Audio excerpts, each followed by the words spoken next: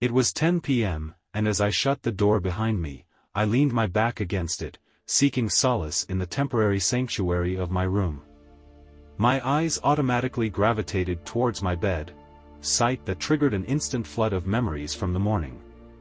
The bitter taste lingered in my throat as I recalled Shubman's ruthless manipulation, treating me as though I were his possession. This realization made my breathing heavier, and I could see my nipples popping out against my shirt.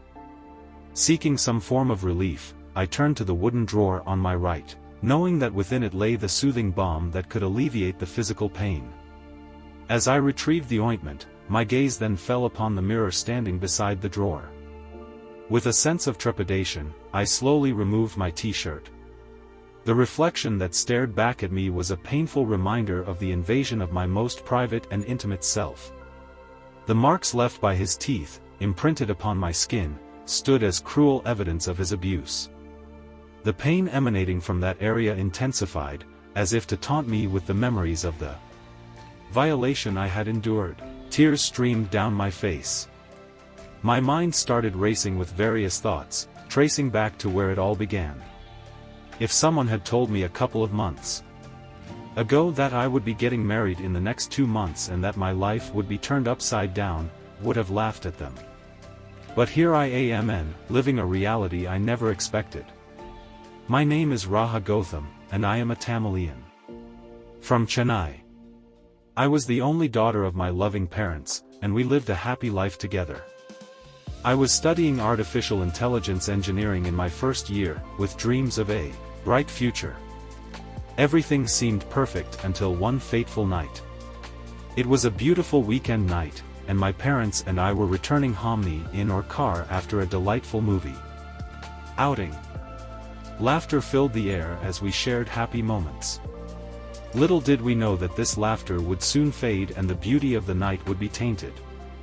Out of nowhere, a massive truck from the opposite lane lost control and crashed into our car, shattering our lives in mere seconds. My parents tragically lost their lives in the accident, while fate cruelly spared me, leaving me with multiple fractures and a broken heart. I spent several days in the hospital, not only battling physical pain but also the overwhelming grief of losing my beloved parents. With no place to go and no family to turn to, I was feeling desolate and lost. However, fate had a twisted plan in store for me. It was during this vulnerable time that my uncle and aunt came into the picture. Though they never had a good relationship with my parents, they extended an invitation for me to stay with them in Mohali, where my uncle worked and his family was settled. Desperate and without an alternative, I accepted their offer, unaware of the sinister motives lurking beneath.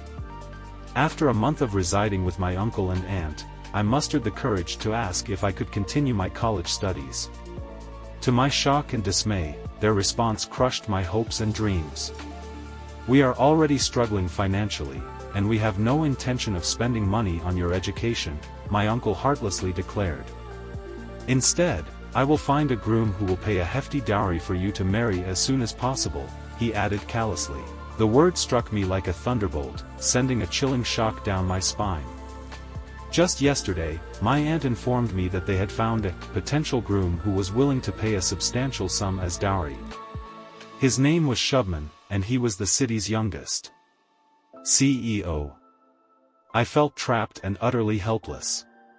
Not only was I threatened not to ruin this marriage, but I also learned that Shubman was aware of the circumstances surrounding our union, making escape seem impossible. As the wedding day drew closer, preparations were in full swing. The excitement in the air was palpable except for me, as my heart weighed heavy with concerns. It seemed as though my uncle and aunt were blinded by their desire for dowry from Shubman, and they dismissed my feelings entirely. Every day, several designers, hairstylists, and makeup artists arrived at our house to transform me into a bride fit for a fairy tale. I was primed and prepared, but inside, I still felt empty. No amount of external beauty could mask the unease within. I longed for a partner who would understand and cherish a marriage built on love and respect, but it seemed as though everyone around me was solely focused on the material aspects of this union. 5 days passed. Shubman's family had a long-standing tradition of visiting their family temple the day before the marriage. My uncle, aunt, and I dressed up for the occasion and waited at the entrance of our home. As we stood there, a pair of sleek, black cars approached us. The front passenger seat window of the first car rolled down, revealing Shubman sitting inside. With a commanding tone, he swiftly instructed, "The car behind is free, and it's for you to occupy," before closing the window. Following his instructions, we settled ourselves into the car behind him. The journey to the family temple took a couple of hours. Upon arriving at the temple, we embarked on a series of pre-marriage rituals as a family. As the time came to return from the temple, Shubman made an unexpected request. He turned to my uncle and asked, "Uncle, can Raha and I come in a separate car? The rest of you can take the other one." My heart skipped a beat, and a rush of anxiety coursed through my veins. I didn't want to be alone with Shubman, but my uncle readily agreed to his request without a second thought. In a last-ditch effort, I turned to my aunt, desperately expressing my reservations about being alone with Shubman. However, my pleas fell on deaf ears. Shubman got into the driver's seat without even acknowledging me. I hesitated for a moment, unsure of what to do, before finally deciding to get into the front passenger seat. As we drove back home, Shubman remained silent, his face wearing a deadly expression. My heart raced, creating a sensation of impending doom. Finally, we reached our destination, and I prepared to exit the car. Just as I was about to step out, Shubman called out my name. I turned to face him. "Good. It seems your boobs have returned to their original size." "What about the marks?" he asked, his tone intense. Fear gripped me, rendering me speechless.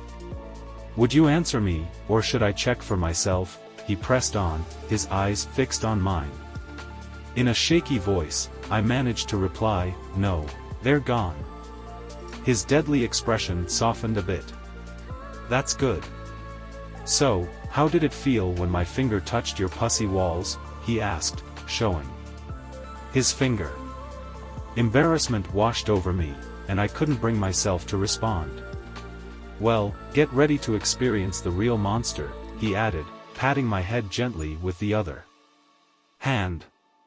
Without wasting another second, I swiftly jumped out of the car, desperate to escape the overwhelming humiliation.